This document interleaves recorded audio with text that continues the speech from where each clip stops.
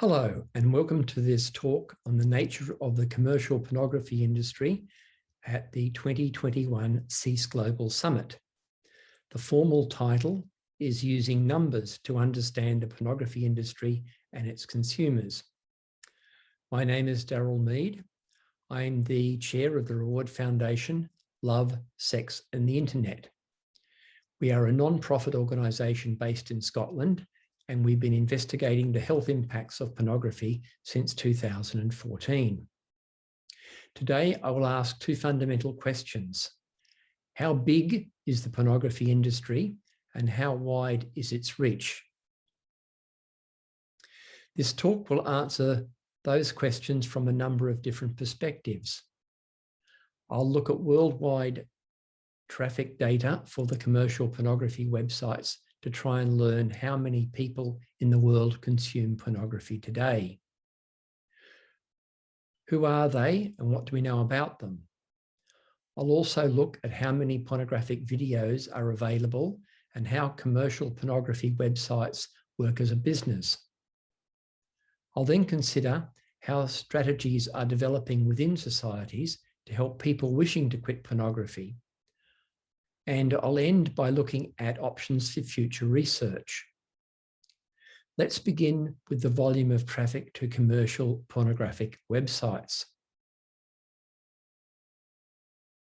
The world has roughly 1,300 million websites. We have good traffic data for 2020 based on the tracking of a website company called fasthost.com. There are 4 million pornography websites, or perhaps even more. Searching Google for the word, quote, porn gets 3,200 million results.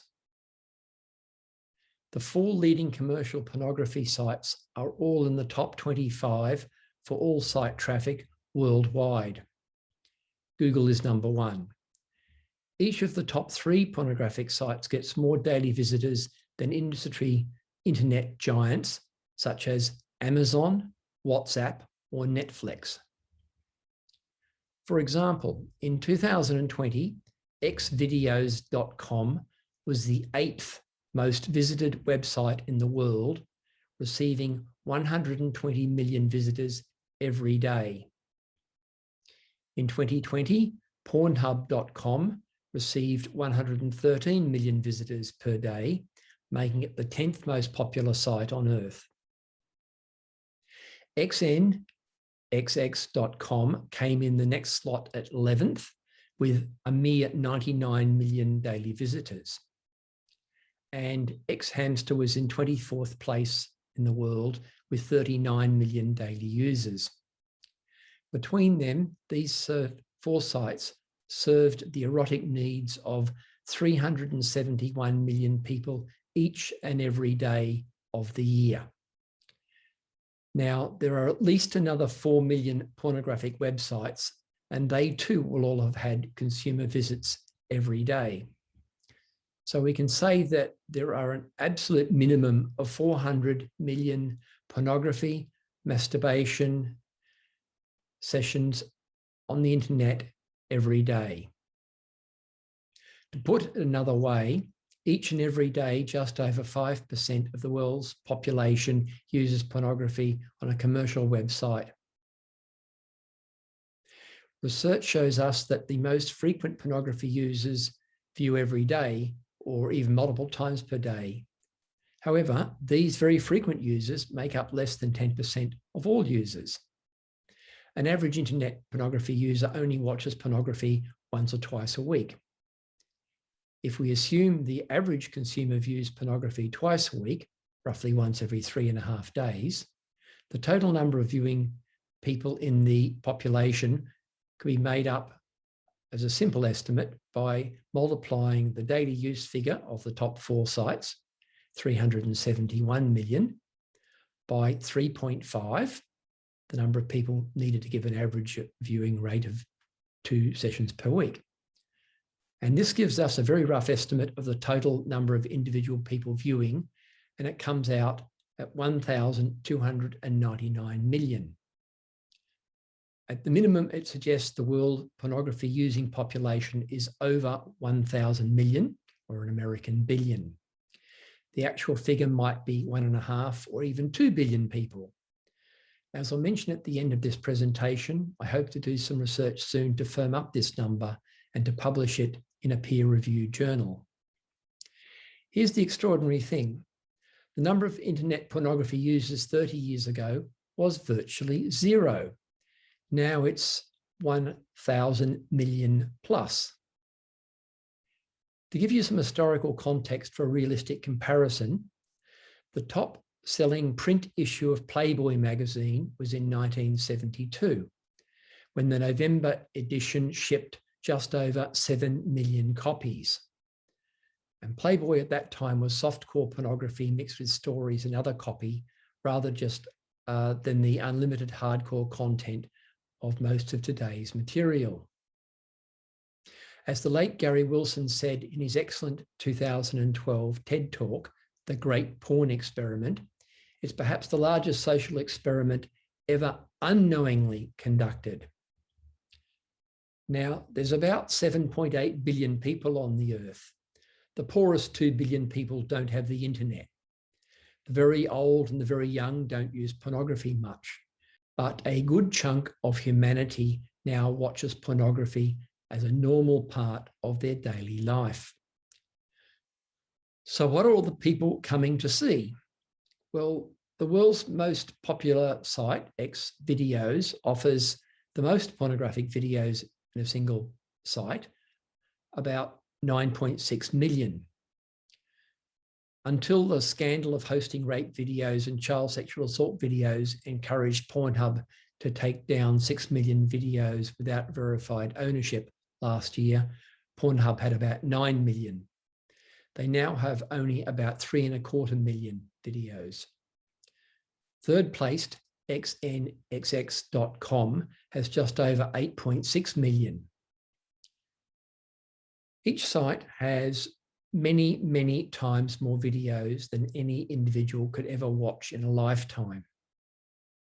A simple tally of the top 4 sites gives a rough total of 22.5 million unique videos. During 2019, Pornhub claimed they added 169 years of pornographic viewing, calculated on the basis of 24-hour days. Now, there are actually a few other commercial pornography sites that can point you to 20 million or even more than 40 million videos. However, what they're really doing is being aggregators pointing you to the content I just discussed, the same few top sites. So at a rough estimate, there are now at least 20 million different hardcore pornography videos in circulation. This in itself might give everyone pause for thought. The pornography industry is based around always offering new and fresh videos. But the reality is that you can never watch more than a tiny fraction of what is out there. The demand for new content is a logical fallacy. There's always new content for every consumer in the world without ever making any more pornography. Next, I'd like to talk about the question of who consumes pornography. The simple answer is that a lot of people consume pornography. Most of them are regular citizens who pay their taxes and live normal lives. In some societies, it's half or more of all adult men. For legal reasons, commercial pornography suppliers do not report statistics of viewing by anyone under the age of 18 years. In most countries in the world, you're a child until you turn 18. However, we do know from informal discussions with senior pornography industry managers that between 20 and 30% of all internet pornography traffic is viewed by under 18s. The industry sees this as both a positive and a negative. Generally, people under 18 years do not have a credit card and so do not buy goods or services from pornographic sites. On the other hand, the industry is happy to groom young people so that they are fully fledged pornography consumers once they do turn 18. It's also happy to collect, process, and resell personal user data from under 18s. All the research points to men having a much stronger basic desire to view pornography than women. Boys start viewing younger than girls, and today most young men with internet access go on to become committed, sustained pornography consumers. Girls generally have a later start as users. As a population, girls have a much slower uptake, and many of them will not become direct consumers. However, this lack of direct use of pornography by many women does not mean that it does not have any impact on their lives. Pornography influences the way men and women interact, both individually and across society. Sexual templates of men and women are rather different. Nearly all men get pornography. A much smaller number of women get it. A substantial number of women don't get it at all, and they don't want it. In fact, many women see it as an impediment to developing a relationship with a potential partner. The pornography industry's own figures suggest that men's market is now reaching saturation level in many countries. All around the world, most of the men who are eligible or likely to become pornography consumers are already active as pornography consumers. This means that a significant portion of the current and future industry growth will be driven by increasing the proportion of women consuming pornography. In the table currently on the screen, I've set out the proportion of women viewers in the top 20 pornography consuming countries in the world. Women make up only 25% of the pornography consumers in Germany. At the other end of the scale, in the Philippines, women make up 39% of the pornography viewing population. In the US, in 2019, women were 30% of pornography consumers. The key takeaway from the 2019 figures is that the percentage of women as consumers rose in every single one of the top 20 countries by between 1% and 7% in just the year 2019. Now, pro-pornography lobbyists argue that this trend demonstrates the empowerment of women to take control of their own sexuality. My research suggests it would be better to frame this trend as a part of the pornification of society. Pornography poses risks to the mental and physical health of all consumers, and it also impacts those around them and in wider society. The explicit sexual imagery being pushed by the commercial pornography suppliers has never been proven to be a safe product.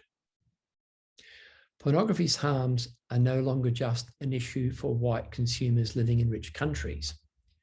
We've made the Reward Foundation website available in over 100 languages using a tool called G-Translate. And today, about 20% of our users access resources in languages other than English. It's likely that the number of users of our website from India may overtake the current leader, the United States, within the next few months. Our top 10 countries for traffic also include places like Turkey, Nigeria, China, Kenya, South Africa, and Malaysia. Pornography has become a truly worldwide health problem. The common pattern here is that these countries all have strong mobile phone networks. They differ in language, in politics, in culture, but ultimately people are just people. They're sexual beings, and pornography is attractive to them. Next, I would like to look a little at how commercial pornography works as a business. The key element for consumers is to have effective internet access, which is affordable and which feels anonymous. Mobile access is now the basis of the pornography industry. The mobile device must be able to show videos in a reliable way. 4G mobile phone networks are now operating in nearly every large city on the planet, on every continent. Put simply, a good cell phone service equals a good pornography service. Worldwide, an average of 70% of consumers view their pornography on a smartphone.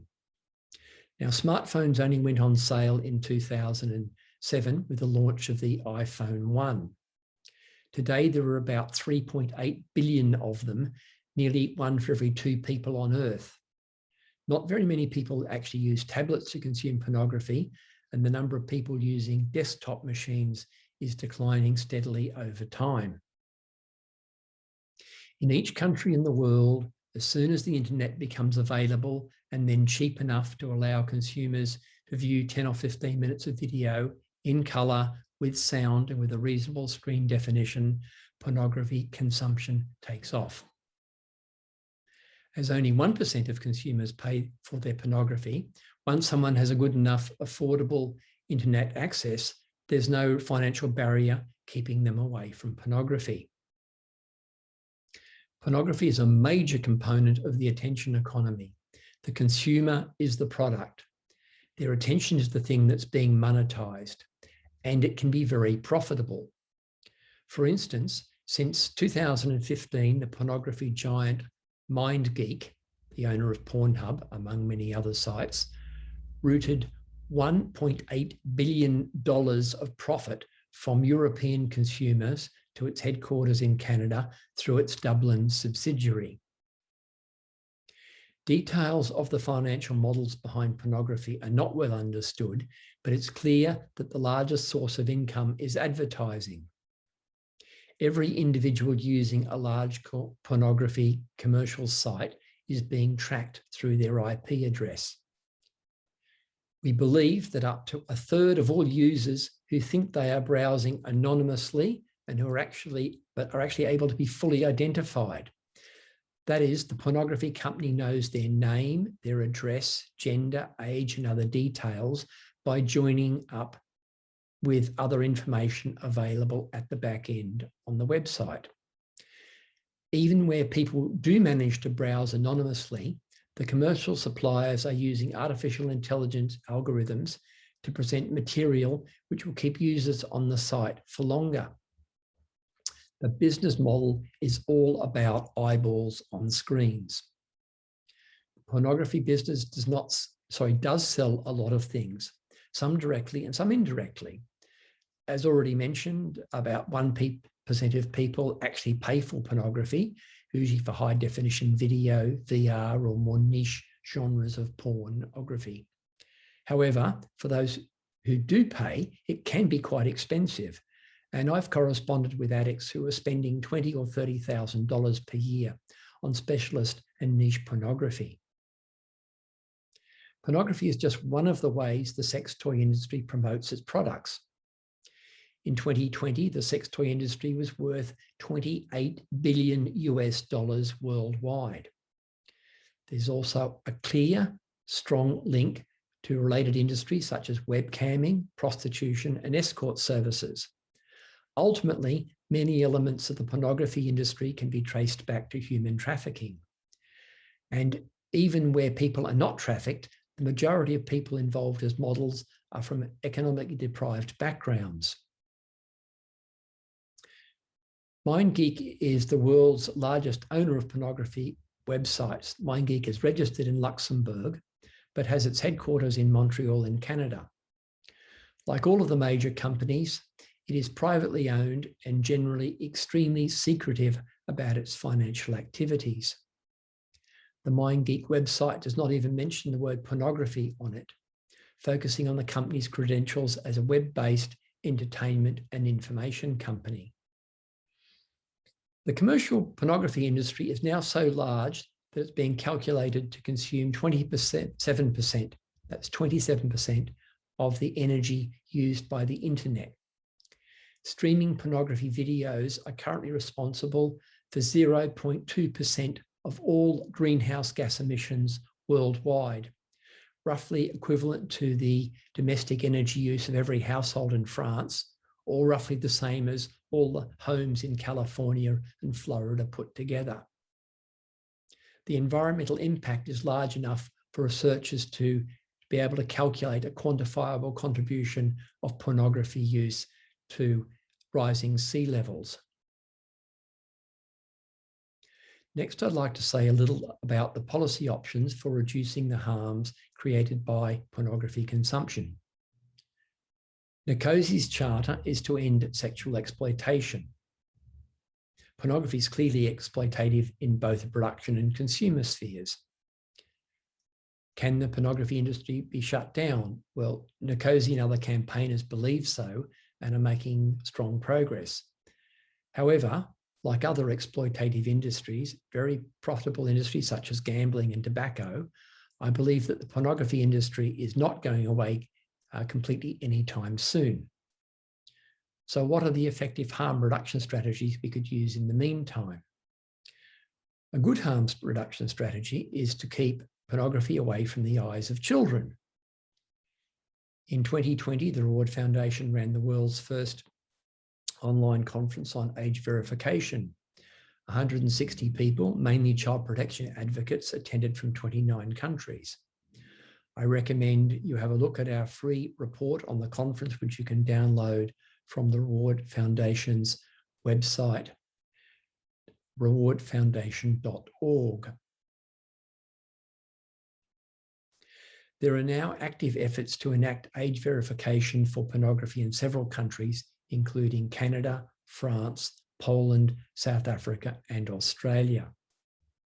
Here in the UK, there are several court challenges to the government's failure to implement its own age verification legislation. Campaigners here are also trying to get the Information Commissioner to prevent pornography companies from illegally processing children's data. With 1 billion or more people regularly consuming pornography, many people are becoming habitual users or even addicted. One element of good news is that exit strategies are becoming ever more available for consumers who want to leave pornography behind them. These days, there is a lot of support on the web to help quitters. There are also more and more options for people to find assistance in real life. I'd like to mention some of the resources that we at the Reward Foundation believe can really make a difference. The first are the 3 key elements developed by the late science campaigner Gary Wilson. His 2012 TEDx talk called The Great Porn Experiment is a good starting place. Gary explained the neuroscience behind pornography and its power to create compulsive use. The Great Porn Experiment has now had over 14 million views. Gary then made his ideas available through his free website, yourbrainonporn.com. Nearly 4 million people visit yourbrainonporn.com every year for access to everything from simple advice on how to quit through to cutting-edge research on the harms of pornography. Gary also wrote an excellent best-selling book called Your Brain on Porn, Internet Pornography and the Emerging Science of Addiction. The book is now available in many formats and languages, including German, Russian, Japanese, and Arabic. More languages, including Spanish, Brazilian, Portuguese, and Hindi, are planned for the next year. Internet pornography is a problem created by the internet. The good news is there's also a lot of internet resources to support anyone wanting to quit. In particular, we recommend Gabe Deem's Reboot Nation and Alexander Rhodes' massive NoFap site. NoFap has a couple of thousand people online at any given time and collectively more than 1 million users. Reboot Nation and NoFap each provide peer self-help and excellent resources and communities where someone with a problem can find the help they need. We are also keen on the work that Noah Church does, offering more individual coaching programs and a selection of online support tools. 12-step fellowship organisations such as Sex Addicts Anonymous are also powerful ways of getting local support for anyone who needs to quit pornography. Now, everyone agrees the best way to protect young people, and for that matter, everyone else, from the potential harms of pornography is through education. At the Reward Foundation, we developed 7 lesson plans for use in schools for pupils aged between 11 and 18 years. These are available to download from free from rewardfoundation.org or from the Times Education Supplement site at tes.com. The other big group of people who need help are those professionals working in health, education, the law, and the caring industries. For these people, the Reward Foundation has created a 1-day professional training course on pornography and sexual dysfunctions. This training is accredited as continuing professional education by the Royal College of General Practitioners in London, the people who certify family doctors. We are currently in the process of putting this course online, and it should be available to everyone in the world later this year. I would like to end by saying a little about our plans for future research. While we now have a moderately clear picture of the scale of the pornography industry and some basic data on how many people are using pornography, we still need a stronger research base. Over the next year, I'm hoping to set up a new research program using data from commercial user tracking software to establish trends in both the commercial pornography supply and the way consumers are behaving. My plan is to go well beyond the broad estimates I've described earlier in this talk. Rather than estimating in a rough way how many pornography users the world has, I want to take a detailed look at user numbers in the top pornography consuming countries. I hope to create a data set covering the last 3 years of use for 20 different countries. This data set will then be available to other researchers to provide a much stronger context for analysing the relationship between citizens and the industrial pornography complex. Having reliable data tracking the use of pornography around the world would allow our movement to identify with certainty when the world reaches peak pornography use, which it must one day. It can give us a strategic benchmark to track our progress in reducing the harms of pornography, which is creating around the world. Thank you for listening to the talk, and please contact me if there are issues you would like to clarify or other things that you would like to know more about. Thank you for your attention.